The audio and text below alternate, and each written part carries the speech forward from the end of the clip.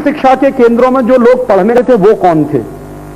हमारे देश में एक बहुत बड़ी गलतफहमी है जो अंग्रेजों ने हमारे दिमाग में डाली कि ब्राह्मणों ने शूद्रों को पढ़ने नहीं दिया कभी। ये सबसे बड़ी गलतफहमी है और इसके आधार पर हिंदुस्तान के समाज में जो मारकाट हुई है उसका मैं वर्णन नहीं कर सकता।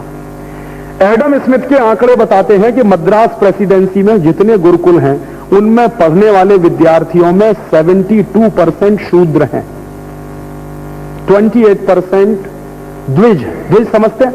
ब्राह्मण, क्षत्रिय और वैश्य। तो ब्राह्मण, क्षत्रिय, वैश्य हैं 28% और शूद्र हैं 72%। लड़कियों की क्या स्थिति है? 100% लिटरेसी है लड़कियों में। कोई भी लड़की को घर में नहीं बिठाया जाता, स्कूल जाना ही पड़ता है उसको पढ़ने। और कभी कोई लड़की की ऐसी स्थिति है कि वो स्कूल नहीं जा सकती तो गुरुकुल का अध्यापक घर आता है उसको पढ़ाने के लिए। ये सिस्टम है पूरे मद्रास प्रेसिडेंसी, ये वो लिख रहा है। और वो कह रहा है कि शूद्रों का प्रतिशत इसलिए ज्यादा है पढ़ाई में क्योंकि हिंदुस्तानी समाज में वो सबसे ज्यादा स्किल्ड लोग हैं जिनको हम शूद्र कहते हैं, सबसे ज्यादा स्किल्ड। जितनी टेक्नोलॉजी है वो सब उन्हीं के कब्जे में है। ये शूद्र ही है जो स्टील बनाते हैं, ये शूद्र ही है जो घड़े बनाते हैं, ये शूद्र ही है जो बर्तन बनाते हैं, ये शूद्र ही है जो कपड़ा बनाते हैं, ये शूद्र ही है जो जीवन जरूरत की सारी चीजें बनाते हैं। तो जितनी टेक्नोलॉजी है वो उनके पास है।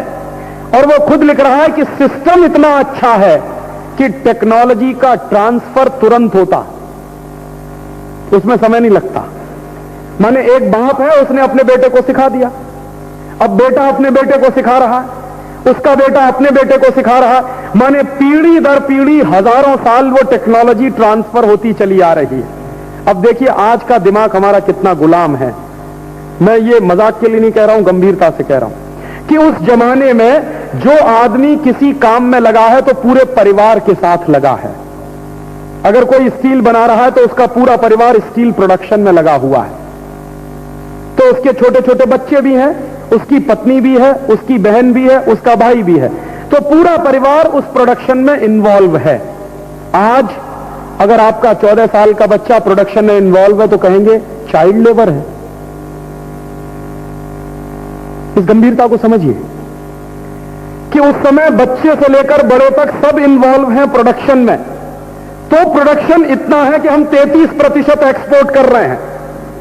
अब हम कह रहे हैं कि 14 साल का बच्चा अपने पिताजी के साथ किसी काम में लगा हुआ है तो वो चाइल्ड लेबर हो गया। तो आपने क्या किया कि उसको चाइल्ड लेबर डिक्लेयर करके जो टेक्नोलॉजी ट्रांसफर होने वाली थी उसको तोड़ दिया बीच में से। और कहां ले जाके पटक दिया आपने? किसी अंग्रेजियत के स्कूल में जहां वो ऐसी कोई टेक्नोलॉजी सीखने वाला नहीं, कभी नहीं, जीवन में नहीं। तो हमने क्या किया, अंग्रेजों ने क्या किया कि ये जो टेक्नोलॉजी का ट्रांसफर हो रहा था एक पीढ़ी से दूसरी, दूसरी से तीसरी, उसको तोड़ दिया एक कानून बनाकर। और वही कानून हिंदुस्तान की सरकार आज भी चला रही है इस देश में चाइल्ड लेबर के नाम पर। रोज टेलीविजन पे एडवर्टाइजमेंट आता। अब आप सोचिए कि यूरोप में मैंने मेरी आंखों से देखा है 14 साल के बच्चे अखबार बेचते हैं, 12 साल के बच्चे अखबार बेचते हैं। तो वहां कहा जाता है कि ये सेल्फ सफिशिएंट है, सेल्फ रिलायंट है। मेरे देश में 14 साल का बच्चा काम करके रोटी कमा रहा तो कहते हैं चाइल्ड लेबर है। अमेरिका में तो आप कल्पना नहीं कर सकते कि कोई बच्चा बिना श्रम किए हुए पढ़ाई कर सकता क्योंकि इतना महंगा है पूरा सिस्टम। यूरोप में भी यही हालत है, मैंने मेरी आंखों से देखा। रेलवे स्टेशन पर अखबार बेच रहे हैं, फिर स्कूल जा रहे हैं, फीस की व्यवस्था कर रहे हैं, सफारी कर रहे हैं कार की, पैसा मिल रहा है, फिर स्कूल में पढ़ाई कर रहे हैं। तो वहां चाइल्ड लेबर जो है, अमेरिका में शायद सबसे ज्यादा बच्चे हैं जो काम करते हैं फैक्ट्रियों के अंदर अपनी पढ़ाई करने के लिए।